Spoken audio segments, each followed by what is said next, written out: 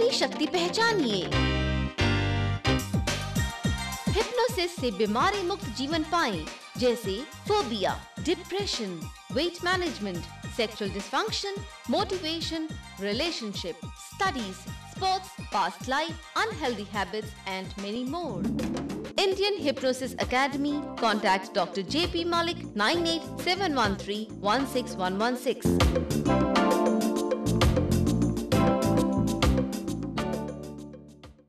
नमस्कार, स्वागत है आपका आपके अपने पसंदीदा कार्यक्रम हिप्नोसिस एंड हेल्थ में। दोस्तों, जैसा कि आप जानते हैं, इस कार्यक्रम के द्वारा हम जानते हैं हिप्नोसिस के बारे में।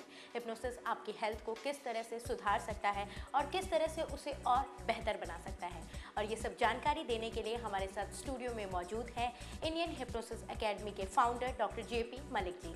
डॉक्टर साहब, सबसे पहले आपका स्टूडियो में बहुत बहुत स्वागत है। नमस्कार।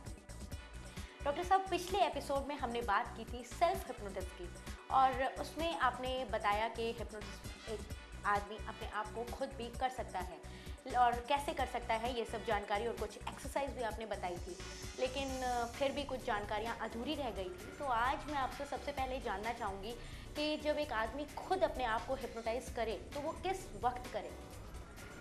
ओके, जैसे आपने कहा कोई आदमी, यहाँ पे आदमी का मतलब हम स्त्री पुरुष दोनों को लेके इंसान लेके चलेंगे, क्योंकि हिप्नोसिस कोई भी कर सकता है। सेल्फ हिप्नोसिस मेल भी कर सकता है, फीमेल भी कर सकता है, छोटा बच्चा भी कर सकता है, जवान भी कर सकता है, बुढ़ा भी कर सकता है। इसमें कोई ऐसा बैरियर नहीं है जी।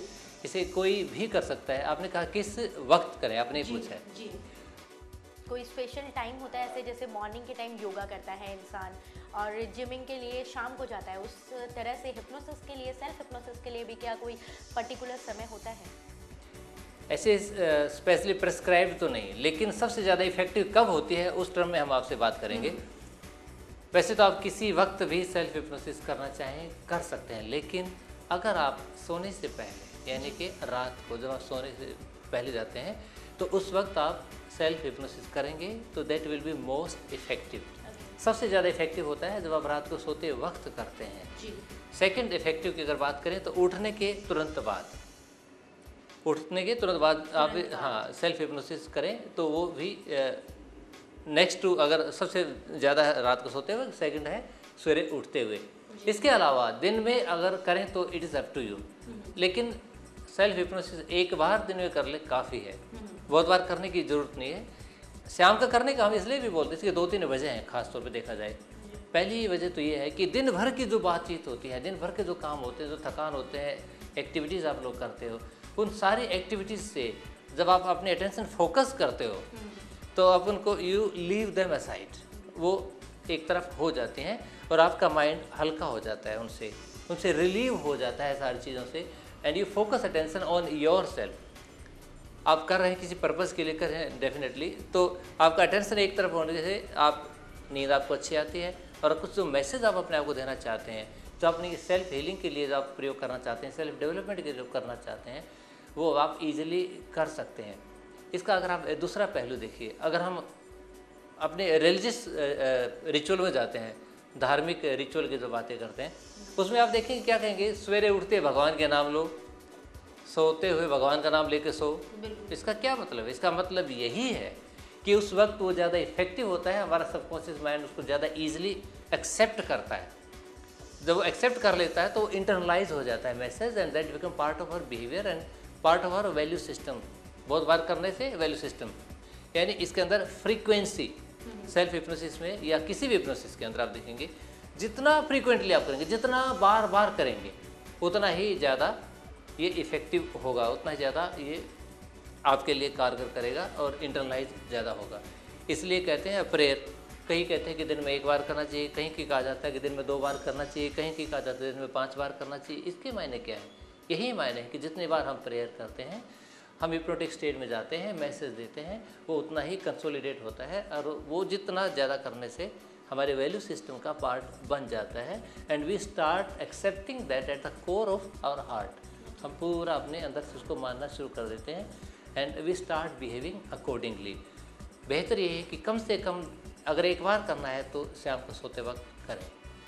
तो डॉक्टर साहब, जैसे कि आपने कहा कि अगर कोई इंसान 1 बार सेल्फ हिप्नोसिस करना चाहता है तो वो रात को सोते समय करे, लेकिन क्या इसके लिए कोई स्पेशल टाइम पीरियड भी होता है? कितनी देर के लिए यानी कि वो इंसान अपने आप को सेल्फ हिप्नोटाइज करे?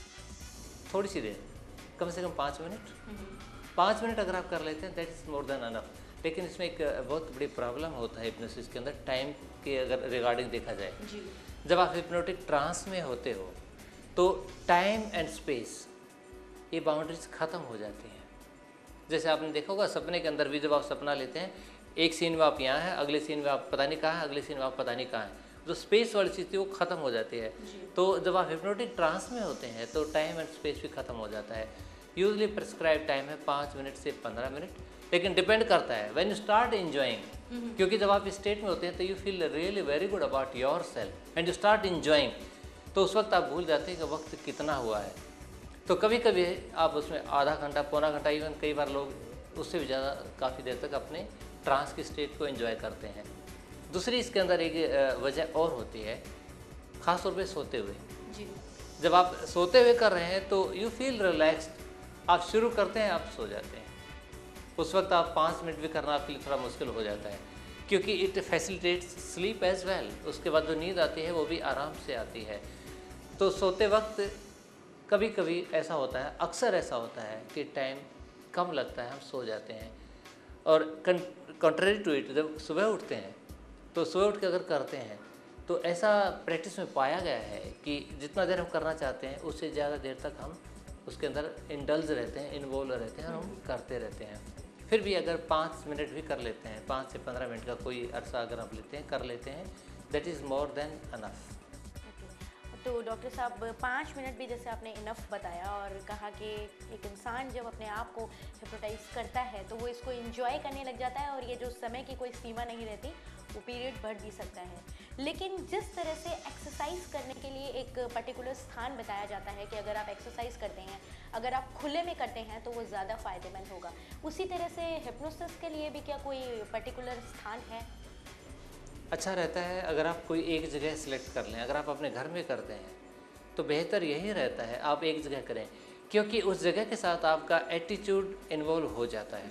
जैसे आप खाना खाते हैं, कहते हैं कि ये मेरी डाइनिंग स्पेस है, नहाते हैं तो ये मेरा बाथरूम है या नहाने की स्पेस है, और ये मेरा सोने की जगह है। इसी प्रकार अगर आप अपना मेडिटेशन का या सेल्फ हिप्नोसिस का अगर एक जगह निश्चित कर लेते हैं, then you are into that mode easily, उस आराम से उस मोड के अंदर आप आ जाते हैं। लेकिन जैसे सोते वक्त करने की बात है तो आमतौर पे लोग क्या करते हैं, अपने बेड पे या बेड के आसपास ही कुछ जगह बना लेते हैं, वहीं पे मैंने सोना होता है।